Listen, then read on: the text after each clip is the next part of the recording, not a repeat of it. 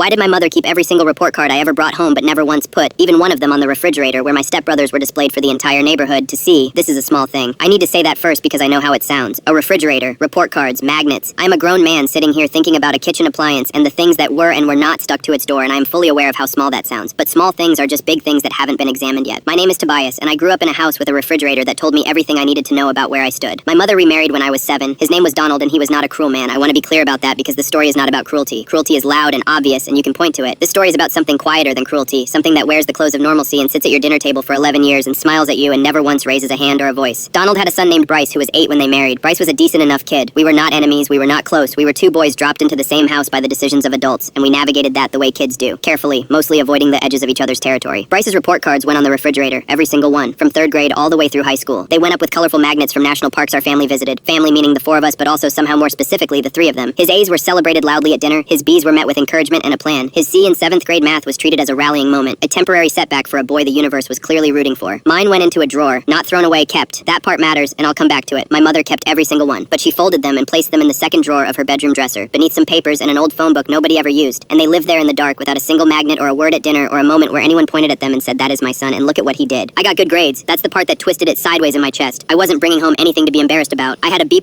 average most of my childhood, honor roll twice in middle school, straight A's in sophomore year of high school, which was the hardest academic year of my life. Not one of them saw the door. I told myself it didn't matter. Kids are very talented at telling themselves things don't matter. I told myself my mother was just different about showing pride, that she was private, that the drawer was actually a kind of respect, keeping my achievements safe rather than on display. I told myself this for about 15 years. Then I was home visiting at 23, and I was looking for a pen in her bedroom, and I opened the wrong drawer, the 2nd one, and there they were, every report card, organized, from 1st grade to 12th, rubber banded together and kept like something precious. I stood there holding them for a long time, and the feeling that moved through me was one of the most complicated things I've ever felt, because it wasn't simple anger, and it wasn't simple relief. It was both of those things fighting in the same space. She kept them. She kept all of them, but she kept them hidden. I walked to the kitchen and looked at the refrigerator. Old habits. Donald was long gone by then. The marriage had ended when I was 19, and the refrigerator was just a refrigerator now, holding leftovers and condiments and a grocery list in my mother's handwriting. Nothing on the front. Nothing at all. I asked her that night, just put it on the table as gently as I could. Why the drawer? Why never the door? Why did Bryce's grades get to exist out loud and mine had to be hidden like something that needed protecting from the light? She was quiet for a long time. Then she said, "I didn't want Donald to feel like I was competing." 6 words. I nodded slowly, looked at my hands, nodded again. She hadn't protected my achievements. She'd protected his comfort. She'd taken everything I worked for and folded it up and put it somewhere it couldn't disturb the peace of a man who eventually left anyway. She reached across the table and put her hand on mine, and her eyes were wet, and she said, "I'm sorry. I don't know why I didn't see it then. I'm so sorry, Tobias." I believed her. That's the complicated part. I completely believed her, and it still hurt exactly as much as it hurt before she said it. I kept one of the report cards when I left that night, the sophomore one, the straight A's. I took it home and I put it on my own refrigerator with a magnet I bought specifically for this purpose. It's still there. Nobody else ever needs to put your work on the door. You are allowed to do it yourself. You always were.